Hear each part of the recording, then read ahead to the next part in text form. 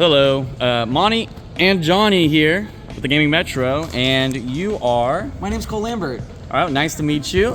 So, pretty crazy weekend, right? Oh, insane. Literally so insane. Yeah, like never to forget? I will never forget it. Right, okay, so, heard there was quite a story with you. Yeah, so I came to Nats, and my only goal was I just wanted to win a last chance qualifier and go X3 drop. And then I entered in. I love that. I went in, played in one, lost the finals, and then I played in another one in the last available one, and I was able to get my invite last second. Oh, so you got your invite. Yeah. Congrats on that. Thank you. That's a big step for players on the come up. So what happened after? Afterwards, I was absolutely ready to go extra drop, just play side events the whole time, just grind them. And then I only lost once, and I was like, if I lose again, I'm gonna drop. And my friend was like, no, just keep going, just keep going. I lost on the last round of the day, and I was like, I guess I gotta play tomorrow. And I ended up topping Nats. Wait, you topped Nats? Yeah, I got top 64. Wait, is that how you got this mat? Yes, sir. Oh my gosh. Okay, look at you. All right, so where are you from? I'm from Lubbock, Texas. Okay. And what did you play today? I played Yubel Fiendsmith. Okay, so you played Yubel Fiendsmith, and you top 64 Nats. Yes, sir. That's a great. And you just got your invite last Friday. Yeah. 2 days ago. 2 days ago. 2 days ago I got it. That is in the last LCQ. Congratulations. That's phenomenal. So, before we get into the deck profile, because we really want that, do you have any shout outs? Yeah, first I want to shout out SK Games. I want to shout out the Gaming Metro. Gaming Metro. Yeah, maybe. Yeah. And everyone and all the team members. They all helped me test like a ton. The Swindler. I want to shout out personally my homeboy Peyton and my homeboy Caden. Peyton gave me all the proxies to test with, and Caden tested with me too. I want to shout out my homeboy Andrew, who let me crash on his couch for this weekend, and let me do homework in his apartment. For real, I was doing homework all weekend in his apartment and in between rounds. And last, I want to shout out my girlfriend. I couldn't have done it without her. All right, well, if that's going to be it, we can jump right into the deck profile. Yeah, of course. So first off, Field Center, Lefkey, best card. Love him. He's my favorite Pokemon. He's just so silly. Broken. Then I went 3 Sips RD Lotus, 2 Grave Squirmer, 2 of the Bricks, Terra Incarnate and Yubel, Double Spirit. Sometimes I wanted 3, but 2's enough. You don't need to run more. Then for the Beckoning Beast package, I'm gonna 2 Beckoning Beast and 1 Chaos Summoning Beast. Honestly, I probably would have cut this down to 1 because opening circle is just so much better. Beckoning Beast can get hit by Imperm, and that sucks. So drawing this card, it's okay, but you really want to open circle. Opening the Spirit Gates is insane. It just wins games. Seems to be the popular opinion after Nats, really. Yeah, that card's just so good. Then I played 3 Engraver, second best card in the deck. I would break boards. Going first, it helped me basically FTK my opponent. I would never side this card out. I played it in every game. Every time it came up, I was like, never, not even side out 1? No, never. So if this is the second best card in your deck, what's the first? It's probably Opening the Spirit Gate. Opening the Spirit Gates is insane, man. Great starter for sure. 1 Lurie. It's fine. It's the least bad brick in the deck. And then 1 Shavara. Drawing it's insane. Adding it off Yama's insane. One of the best cards ever printed. I love Shavara. Yeah, too bad it's at 1. Yeah, it makes me so sad. Hand traps, triple Imperm, triple Droll, triple Veiler, triple Ash, triple Nib. I went really heavy on the hand traps. The only thing I kind of regret is playing Droll. I felt like every time Droll resolved, it didn't really do a whole lot.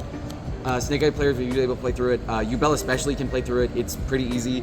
I felt like this card wasn't amazing at all. I felt like it was only okay. Not my favorite card. I probably wouldn't play it again, but I didn't regret the choice. Good for side patterns, right? Yeah, because I side cross out, so going first, having cross out for Droll just lets me play through more, and also I'm making Phantom usually before a card like Nib hits the board. So I'm this is the big cross out target because I don't really care about Nib or any other hand trap. Droll is the only one that it's a little iffy whether or not I can play through it, but yeah, if I can cross out it, absolutely. Windmill slam it down. So you did play cross out? Yeah. Now was that in the main or side? Side. Okay, so we'll get to it in a little bit. Yeah. Then I played 3 Opening the Spirit Gates, best card in the deck. Extends, starts. This card is in Fiendsmith combo on its own. It's insane.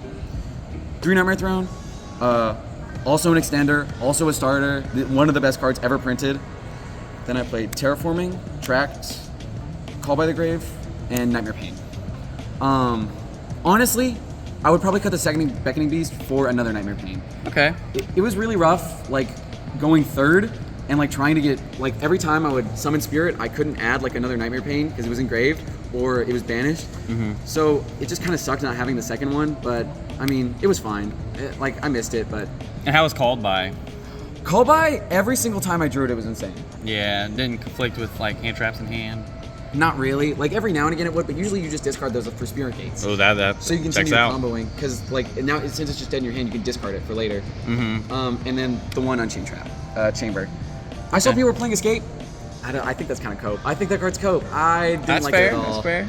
Because it's just so much better just to summon something back from the grave. Yep. All right, on to the extra deck. Yes, sir. Played the Fiendsmith Links, Requiem, Moon, Sequence. These cards are insane. Literally won me so many games. Then we have Rage, Yama, SP. Also insane. SP's like the best card ever. The best Unchained card ever. Literally made for Unchained.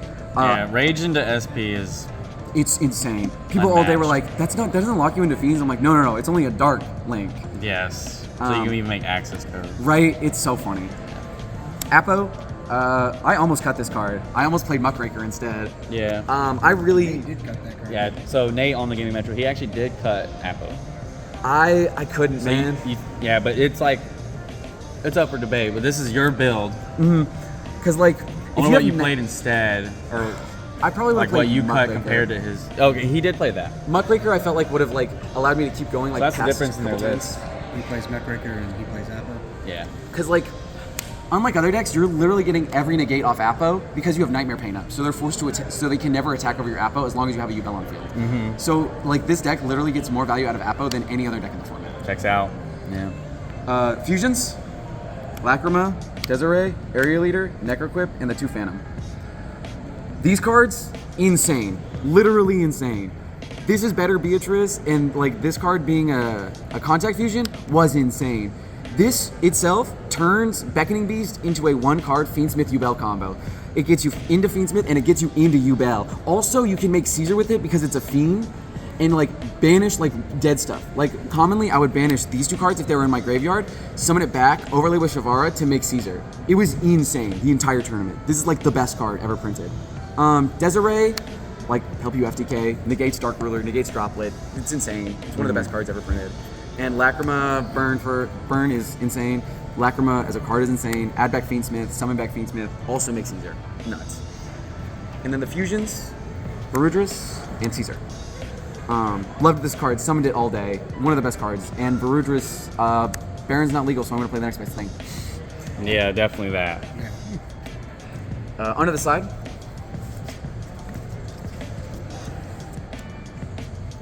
Three Bestials, 1 Magna, 1 Druis, 1 Baldrake.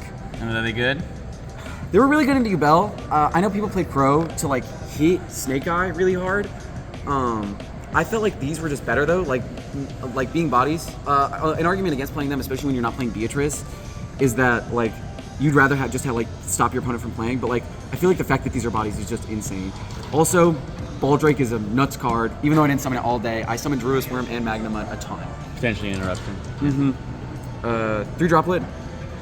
Insane. The fact that it was chainable like helped me win a lot of games. Card I really wish I mained, 3 Tactics. Every game, first or second, I was putting this card in. Like this card won me so many games. The fact that like it outs the Kawaki Mero, the Dragolock, because you can take their other monster and attack over it. Nuts. The fact that you can keep extending by drawing 2, or the fact that if you're going first, you can just look at their hand and rip something out. Nuts. This card won me so many games. I love Tactics. Triple Crossout. It was really good going first because I mean you're doing the FTK board, so you don't want to lose. You want to FTK, so you just want to combo as much as possible. The only reason it's not in the main is because I wanted to play more hand traps to go second. And then 3 Cosmic. Honestly, this was more for the LCQ because I love that. I ran into Runic like 4 times during the LCQs. Like Runic Stun. I did not play Runic a single time, so this card never got sided in. theoretically you can side it into Yubel, but I feel like that's kind of cope. You'd rather draw hand traps, and you can only use this going first, and I feel like going first, you're FTKing them anyway. Like, the whole Yubel board is unbreakable. Like, it's impossible to out. You have to, like, Dark Ruler, hope that, like, when they Desert negate it, chain Droplet, and by the time you send all the cards to negate, you don't have enough to come back and actually win. Yeah. It's insane. The board's unbreakable. Yeah.